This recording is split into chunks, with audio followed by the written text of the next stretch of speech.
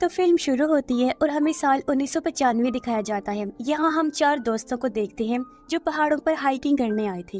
इनमें एक का नाम पॉल होता है। ये जगह काफी पुरानी थी। इन्हें कुछ कबीले के लोग और उनके मंदिर भी देखते हैं, जो चीजें इन्हें काफी पसंद आई। ये जब एक पहाड़ की चोटी पर गई तो यहाँ पॉल को अजीब सी आवाज सुनाई देती है, जो और किसी को सुनाई नहीं दे रही थी। वो आवाज का पीछा करते हुए आगे बढ़ा, पर तभी वहाँ बने काफी बड़े गड्ढे में वो गिर जाता है। उसके दोस्त भी फौरन गड्ढे के पास आ गए। पॉल का एक दोस्त रस्सी के सहारे नीचे गड्ढे में जाता है और वो देखता है कि ये एक केव यानी कि गार है। वो देखता है कि पॉल वहाँ पर गुमसुम बैठा कहीं खोया हुआ था और मंत्र पढ़ रहा होता है। वो अपने सामने बने एक स्केलेटन ढांचे को देख रहा था, जिसका साइज आम स्केलेटन्स की निस्बत काफी बड़ा था। उस बड़े स्केलेटन के चारों तरफ और भी कई सारे छोटे स्केलेटन्स थे, जिनका साइज आम लोगों जैसा था और वो सब उस बड़े वाले के सामने झुके हुए थे। पर ये देखकर पॉल के दोस्त को कुछ समझ नहीं आती, इसलिए वो उसके पास गया। पॉल बिना हिले जुले उसे कहता है कि दूर रहना मुझसे, अगर तुमने मुझे छुआ तो तुम लोग मारे जाओगे। पर उसका दोस्त इस बात को नजरअंदाज करके पॉल को अपने कंधे पर उठाकर बाहर ले आते हैं। इन्हें सामने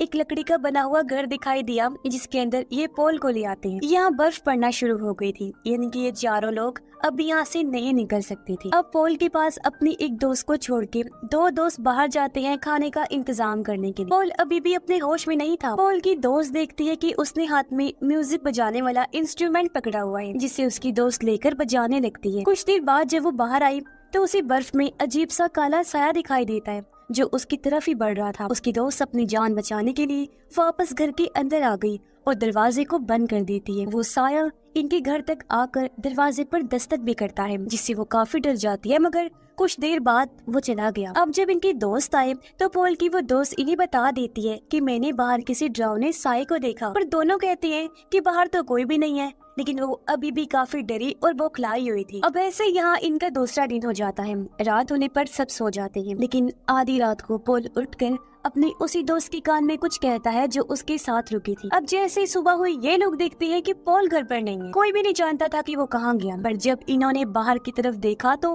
पॉल के पैरों के निशान बने हुए थे। इसलिए ये लोग निशानों का पीछा करते हुए पॉल तक पहुँच जाते हैं, जो चट्टान के किनारे पर बैठा हुआ था। उसके हाथ में वही म्यूजिकल इंस्ट्रूमेंट था जिसे वो बजा रहा होता है। पॉल का दोस्त उस पर गुस्सा करने लगता है कि तुम क्यों हमें बिना बताए आ गई, जानते हो हम तुम्हारे लिए कितना परेशान हो गए थे। लेकिन पॉल कोई जवाब नहीं देता, बल्कि मंत्र पढ़ने लगता है। अब ऐसा होते ही उसकी वही दोस्त जिसके कानों में उसने कुछ कहा था, वो अपना कंट्रोल खो देती है। वो अपने दोनों दोस्तों पर हमला करके उन्हें मार देती है। वो फिर पॉल को गौर से देखने लगी। पॉल भी उसी की तरफ देख रहा था, जिसके बाद उसकी वो दोस्त अपनी भी जान ले लेती है। ऐसा लग रहा था जैसे इन तीनों को पॉल ने ही मारा हो अपने कंट्रोल में करके। इसके बाद कहानी 23 साल आगे बढ़ती है और हम 2018 में आ जाते हैं। यहाँ हम जेम्स नाम के एक आदमी को देखते हैं, जिसकी वाइफ और बेटे की कार एक्सीडेंट में हाल ही में मौत हो गई, जिस वजह से वो अकेला पड़ गया था। वो एक सिक्योरिटी शॉप को चलाता है और अपनी फैमिली को बहुत याद करता है, उनके गम से नहीं उभर रहा होता। अब जेम्स एक होटल में जाता है, जहाँ वो अपनी बर्थडे का कूपन दिखाता है। अब हालांकि आज उसकी बर्थडे भी नहीं थी, कूपन पर 3 दिन पहले की डेट लिखी हुई थी, लेकिन फिर भी होटल वाले उसका कूपन कबूल करके उसे मुफ्त में खाना देते हैं। इसके बाद जेम्स जब घर आया तो उसके दोस्त की बेटी, जिसका नाम अमेंडा था, वो उससे मिलने आती। दोनों एक दूसरे से अपना गम बांटते हैं, क्योंकि आज ही के दिन अमेंडा के डैड और जेम्स की वाइफ और बेटे की मौत हुई थी। अमेंडा की मॉम को भी जेम्स जानता है और अब अमेंडा जेम्स को ही अपने डैड की जगह समझती है। वो पॉल को कहती है कि अपने डैड की मौत के बाद मैं पूरी तरह से टूट गई, लेकिन फिर मुझे समझ आ गई कि ये पूरी दुनिया सिर्फ एक ख्याल है, ये हकीकत में नहीं है। सच्चाई सिर्फ हमारी सोच में होती है। जिस बारे में हम बहुत ज्यादा सोचते हैं ना, अपना पूरा ध्यान लगाते हैं, वही चीज हकीकत में हमारे साथ हो जाती है। जो कहने के बाद अमेंडा वहाँ से चली जाती है। अगली सुबह हम अमेंडा की मॉम को देखते हैं। वो जब उसके कमरे में जाती है तो अमेंडा वहाँ नहीं होती। मॉम उसे बाथरूम में चेक करने जाती है, जहाँ भी अमेंडा तो नहीं होती, लेकिन शीशे पर एक मैसेज लिखा होता है, the empty man made me do it, यानी एम्प्टी मैन ने मुझसे ये करवाया है। पर अमेंडा की मॉम को इसकी जरा भी समझ नहीं आती, इसलिए वो यहाँ जेम्स और पुलिस को बुला लेती है। तब जेम्स इस पर छानबीन करने लगता है। उसे अमेंडा के कमरे से एक इंस्टीट्यूट का पम्फलेट मिलता है, जिसके पीछे टुल्पा लिखा हुआ था। इसलिए अगले दिन वो स्कूल में जाकर अमेंडा की दोस्त से मिला। अमेंडा की दोस्त जब जेम्स की कार में बैठी होती है तो तभी उसे वहाँ एक साया दिखाई देता है, जिसे देखकर वो काफी डर जाती है। फिर वो बताने लगती है कि 2 दिन पहले हम सारे दोस्त अमेंडा के साथ एक पुल पर गए, जहाँ हमें अमेंडा ने एम्प्टी मैन के बारे में बताया था और कहा था कि वो यहाँ का काफी पुराना लेजेंड है। मतलब वो हकीकत में नहीं रहता, बस लोगों के ख्यालों में, उनकी सोच में रहते हैं, और जो लोग उस पर यकीन रखते हैं, ख्यालों में उसे देखते हैं, तो वो किसी जरिए से उनसे बात भी करता है। एम्प्टी मैन को मानने वाले उसकी पूजा भी करते हैं और वो उनके हिसाब से उनकी ख्वाहिशें भी पूरी करता है और वो लोग उस पर पूरी तरह से यकीन रखते हैं। आगे उसकी दोस्त बताती है कि अमेंडा ने ये भी कहा था कि शाम के टाइम अगर तुम पुल पर पड़ी किसी खाली बोतल में फूंक मारोगी,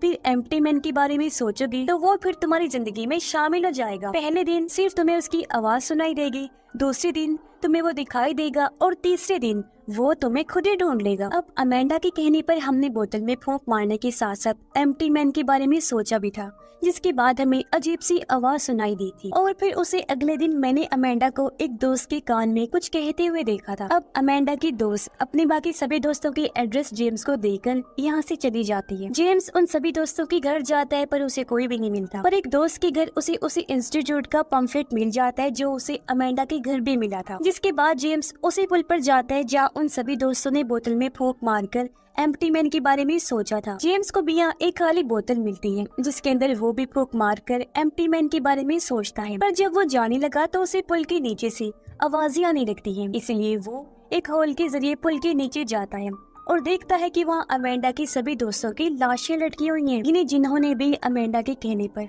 बोतल वाला वो सब कुछ किया था, वो सब मारे जा चुके। साथ ही यहाँ वही मैसेज भी लिखा हुआ था जो अमेंडा के वॉशरूम के शीशे पर लिखा था, यानी the empty man made window. अब जेम्स को कुछ भी समझ नहीं आती और वो इस बारे में पुलिस को बता देता है। अब अमेंडा की वो दोस्त जिसने सारी बात जेम्स को बताई थी, उसकी भी अचानक मौत हो जाती है और उन सब को देखने से यही लग रहा था जैसे उन्होंने खुद अपनी जान ली है, पर जेम्स को ऐसा नहीं लगता। इसलिए वो इस चीज की इन्वेस्टिगेशन करता है। वो इंटरनेट पर उसी इंस्टीट्यूट और टुल्पा के बारे में सर्च करता है। उसे पता चलता है कि वो इंस्टीट्यूट असल में एक ऐसे ऑर्गेनाइजेशन है जो किसी ग्रुप का हिस्सा है, यानी वो एक कल्ट है और उन लोगों का मानना है कि किसी के भी बारे में ध्यान लगाने सोचने पर उस चीज को हकीकत में लाया जा सकता है। अब ये सब पढ़ने के बाद जेम्स उसी इंस्टीट्यूट में जाता है जहाँ उसे एक फॉर्म दिया जाता है फिल करने के लिए, जो यहाँ आए हर इंसान को फिल करना पड़ता है, पर जेम्स वो फिल नहीं करता और आगे बढ़ जाता है। उसे इंस्टीट्यूट का हेड दिखाई देता है जो लोगों को स्पीच दे रहा था और उसकी बातें हूबहू वैसे ही थी जैसी अमेंडा ने जेम्स से कही थी, जिसके आखिर में वो कहता है कि ये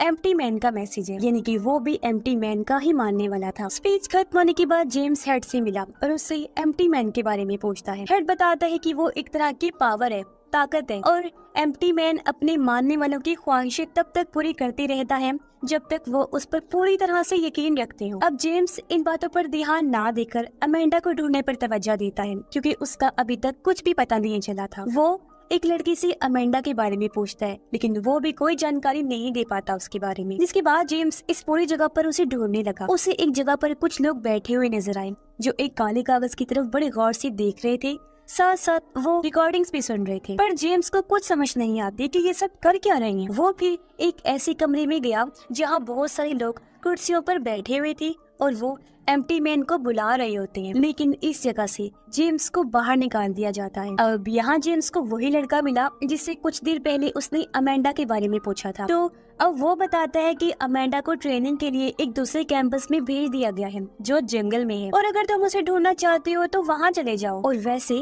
तुम इन सब लोगों से दूर रहो तो अच्छा है क्योंकि ये सारे बहुत खतरनाक लोग हैं। अब जेम्स को कैसे भी करके अपनी दोस्त की बेटी अमेंडा को ढूंढना था, इसलिए वो उसी जंगल में चला जाता है। उसे एक कैबिन मिलता है जिसके अंदर जाने पर बहुत सारी फाइल्स पड़ी हुई थी। उन्हीं में से एक फाइल अमेंडा और जेम्स की भी थी, लेकिन जेम्स की फाइल पूरी तरह से खाली होती है। जेम्स एक दूसरे कमरे में गया जहाँ बहुत सारे वीडियो कैसेट्स पड़े हुए थे। उनमें से एक को प्ले करके जेम्स देखने लगता है जहाँ एक आदमी पर कुछ लोग अजीब तरह का एक्सपेरिमेंट तजुर्बा कर रहे थे, जिसके बाद उस पर जादू भी किया जाता है। ऐसा लग रहा था जैसे उस आदमी के अंदर ये किसी को लाना चाह रहे हैं, और फिर अगले ही पल उस आदमी के अंदर वो आ भी जाता है। अब देखते ही देखते रात हो गई। जेम्स को बाहर से आवाजें आने लगती है। वो जब चेक करने गया तो बहुत सारे लोग आग के चारों तरफ मंत्र पढ़ते हुए घूम रहे थे। जेम्स उन्हें गौर से देख रहा था और अब आग अचानक से आसमान की तरफ जाने लगती है, जो देख पूरी तरह जेम्स घबरा जाते हैं। पर वो सारे लोग जेम्स को देख चुके थे। उसे मारने के लिए वो जेम्स की तरफ बढ़ने लगते हैं, पर वो अपनी जान बचाने के लिए गाड़ी लेकर यहाँ से भाग निकलता है। वो सीधा पुलिस स्टेशन आया और उस ऑर्गेनाइजेशन के बारे में पुलिस को बता देता है, पर कोई भी उसकी बात पे यकीन नहीं करता। इसलिए अब वो अमेंडा की मॉम के पास आता है। उन्हें बताता है कि अमेंडा एक ऐसे कल्ट का ग्रुप का हिस्सा है जो एम्प्टी मैन पर यकीन रखते हैं और उसकी पूजा करते हैं। तभी जेम्स के पास कॉल आती है और कोई उसके कानों में सीटी बजाता है। फोन रखने के बाद जेम्स अमेंडा की मॉम को बताता है कि कल्ट के लोग बहुत खतरनाक हैं, वो एम्प्टी मैन के लिए कुछ भी कर सकते हैं और उन्होंने ही उन सभी बच्चों को मारा है। तुम्हारी भी जान को खतरा है, इसलिए मैं तुम्हें किसी सेफ जगह पर ले जाना चाहता हूँ। इतना कहकर जेम्स उसे अपने साथ ले गया। असल में ये दोनों एक दूसरे से प्यार करते थे, पर कभी बता नहीं पाई। जेम्स उसे एक होटल में छोड़कर कहता है कि तुम यहीं रहो, यहाँ तुम बिल्कुल महफूज रह सकती हो। अब रात को जेम्स जब सो रहा था तो डर की वजह से उसकी आँख खुल गई। वो देखता है कि एक साया मेरी तरफ आ रहा है। जेम्स उसे मारने की कोशिश करता है, पर साया वहाँ से गायब हो चुका था। अगले दिन जेम्स फिर इंस्टीट्यूट के बाहर पहुँचता है। उसने देखा कि वो लड़का जिसने उसे अमेंडा के बारे में बताया था, वो कुछ लोगों के साथ कहीं पर जा रहा है। जेम्स उनका पीछा करता है। वो लोग एक हॉस्पिटल में आते हैं, तब उनके पीछे जेम्स भी अंदर चला जाता है। वो देखता है कि वो सारे लोग एक आदमी के सामने झुक गए हैं, जो बेड पर पड़ा है और पिछले कई सालों से कोमा में है। जेम्स को कुछ समझ नहीं आती, इसलिए जब वही लड़का बाहर निकलता है तो जेम्स उसे पकड़ लेता है। वो उसे बुरी तरह पीट कर पूछता है कि तुमने मुझे जंगल में क्यों भेजा था। तब वो लड़का बताता है कि मुझे मेरे ग्रुप वालों ने ऐसा करने को कहा था कि तुम उस जंगल में जाओ। जेम्स बेड पर पड़े उस आदमी के बारे में पूछता है। तब वो लड़का बताता है कि एम्प्टी मैन उस आदमी के जरिए हमसे बात करता है, पर जेम्स को कुछ समझ नहीं आती, इसलिए वो अगले दिन दोबारा इंस्टीट्यूट आया। वो अब उस जगह पर जाता है जहाँ सारी फाइल्स रखी हुई थी। उसे वहाँ 14 नंबर की फाइल मिलती है जो सबसे अलग पड़ी थी। और अब जैसे जेम्स इस फाइल को खोलता है तो वो पूरी तरह से हैरान रह जाता है, क्योंकि ये और किसी की नहीं बल्कि जेम्स की ही फाइल थी, जिसमें उसकी फैमिली के बारे में सारी जानकारी थी और उसका वही बर्थडे वाला कूपन भी था जो 3 दिन पहले उसने इस्तेमाल किया था फ्री का खाना खाने के लिए। जेम्स की तस्वीर में थी, जो देखकर वो पूरी तरह से हैरान रह गया, लेकिन ये सब उसकी समझ से बाहर था, इसलिए वो दोबारा उसी हॉस्पिटल में आता है। वो उस कोमा वाले आदमी को गौर से देखता है, फिर रिसेप्शन पर जाकर लेडी से पूछता है कि वो आदमी कौन है। वो औरत कहती है कि मुझे नहीं पता वो कौन है, वो पिछले 23 सालों से कोमा में पड़ा है। और अब जब जेम्स उस आदमी के कमरे में जाता है तो वो देखता है कि अब यहाँ पर अमेंडा भी है, जो उस आदमी की देखभाल कर रही थी। जेम्स उससे पूछता है ये आदमी कौन है। अमेंडा बताती है कि एम्प्टी मैन अपने लिए 500 सालों में एक ऐसे इंसान को चुनता है जिसके जरिए एम्प्टी मैन हमसे बात करे, और पिछले 23 साल से इसके जरिए ही एम्प्टी मैन हमसे बात कर रहे हैं, क्योंकि ये भी उसका चुनाव है। इस आदमी को 23 साल पहले एम्प्टी मैन ने पोजेस्ट करके अपने कंट्रोल में किया था, और बस तब से यही हमारी एम्प्टी मैन के साथ कम्युनिकेशन का जरिया है। जेम्स अब अमेंडा की मॉम को कॉल करता है, पर हैरत वो उसे पहचानने से इनकार कर देती है। अब हमें पता चलता है कि ये कोमा वाला आदमी दरअसल और कोई नहीं बल्कि पॉल है, जिसे हमने मूवी की शुरुआत में देखा था, जो अपने 3 दोस्तों के साथ हाइकिंग पर आया था। आगे अमेंडा जेम्स को बताती है कि अब इसका जिस्म पूरी तरह से कमजोर हो चुका है, इसलिए अब हमें एम्प्टी मैन के लिए नए जिस्म की जरूरत है, यानी एक नए होस्ट की, जिसके अंदर वो रहकर अपने चाहने वालों से बात करे, उनकी ख्वाहिशें पूरी करे, जिसके हम पूजा करें। और हाँ, उसके नए जिस्म के लिए जेम्स हमने तुम्हें चुना है। तुम्हारे दिमाग में जो तुम्हारी यादें हैं, जो तुम सोचते हो, वो हकीकत में नहीं है, बल्कि पूरी तरह से मन गढ़ंत है, क्योंकि उन यादों को खुद हमने तुम्हारे लिए बनाया है। असली जिंदगी में तुम्हारे साथ कभी भी कुछ ऐसा नहीं हुआ, क्योंकि तुम्हारी ये जिंदगी भी तो हमने ही बनाई। यूँ कह लो कि तुम्हारे जेम्स कैरेक्टर को पूरी तरह से हमने बनाया है एम्प्टी मैन के लिए। इसीलिए तो मेरी मॉम ने तुम्हें नहीं पहचाना, क्योंकि वो तुम्हें जानती ही नहीं, कभी उसके साथ तुम्हारा टाइम नहीं गुजरा। और जो तुम सोचते थी कि मेरी मॉम और तुम एक दूसरे से प्यार करती हो, वो याद भी मैंने ही तुम्हारे दिमाग में बनाई थी, क्योंकि एम्प्टी मैन का जो नया होस्ट हो, उसके अंदर इस तरह के जज्बात, साथ साथ खौफ और शर्मिंदगी, एहसास, ऐसी चीजें होना बहुत जरूरी है, क्योंकि वही जिस्म एम्प्टी मैन के लिए बिल्कुल परफेक्ट रहते हैं, जिसमें एम्प्टी मैन समा सकता है, क्योंकि ये जज्बात उस इंसान को मजबूत बनाते हैं, इसलिए वो इंसान एम्प्टी मैन को सह पाता है। और इस तरह के जिस्म को ही टुल्पा कहते हैं। और अब से तुम हमारे नए टुल्पा हो। और अब जेम्स तड़पने लगता है, उसका दिमाग पूरी तरह से उस जगह पर चला जाता है जहाँ आज से 23 साल पहले पॉल उस स्केलेटन के सामने बैठा हुआ था। और अब देखते ही देखते एम्प्टी मैन जेम्स को भी पोजेस्ट करके पूरी तरह उसके अंदर चला जाता है और उसे अपने कंट्रोल में कर लेता है, पर इस वजह से जेम्स बेहोश हो जाता है। होश आने पर वो अपने घर चला जाता है, जहाँ उसे पूरी तरह से यकीन हो गया था कि अब मैं सच में इंसान नहीं रहा बल्कि एक टुलपा बन गया हूँ, यानी एम्प्टी मैन का होस्ट। और मेरा जो नया जिस्म है टुलपा वाला, वो 3 दिन पहले पैदा हुआ है, क्योंकि मैं खुद और मेरी यादें उस कल्ट की तरफ से बनाई गई हैं, जो सब ख्याली था। मेरे जहन में उन्होंने ख्याल इसलिए डाले ताकि मेरी बॉडी एम्प्टी मैन के काबिल बने, और जब पूरी तरह से मैं ऐसा बन गया यानी कि टुलपा, तो एम्प्टी मैन आखिर मेरे अंदर समा ही गया। यानी कि अब उस कल्ट का एम्प्टी मैन के साथ कम्युनिकेशन का जरिया जेम्स था। और अब जेम्स उस जगह पर जाता है जहाँ पॉल का जिस्म कोमा की हालत में पड़ा था। जेम्स उसे शूट करके खत्म कर देता है, और ऐसा होते हॉस्पिटल के सभी लोग जेम्स के आगे झुक जाते हैं। यानी कि अब वो कल्ट जेम्स के जरिए एम्प्टी मैन की पूजा करेगा, और एम्प्टी मैन हर उस इंसान को मार देगा जो एम्प्टी मैन को सोचते तो थे पर उस पर यकीन नहीं करती थी, उससे डरती थी, जो लोगों को मारने का काम एम्प्टी मैन तब से करता आ रहा था। अब जेम्स का कैरेक्टर कुछ यूँ बना कि एम्प्टी मैन के मानने वालों ने जेम्स के कैरेक्टर को अपने दिमाग में पहले सोचा, फिर ध्यान लगाकर उसे दुनिया में लाए, फिर उसके अंदर यादें डाली ताकि वो एम्प्टी मैन के लिए परफेक्ट बन सके। अब जब जेम्स की बॉडी कमजोर होगी तो होस्ट के लिए ये फिर से किसी को अपने दिमाग में क्रिएट करेंगे और उसे दुनिया में लाकर एम्प्टी मैन के साथ कम्युनिकेशन का जरिया उसे बनाएंगे, और उनका ये सफर हमेशा ऐसा ही चलता रहेगा। और इसी के साथ ये फिल्म भी इधर ही खत्म हो जाती है।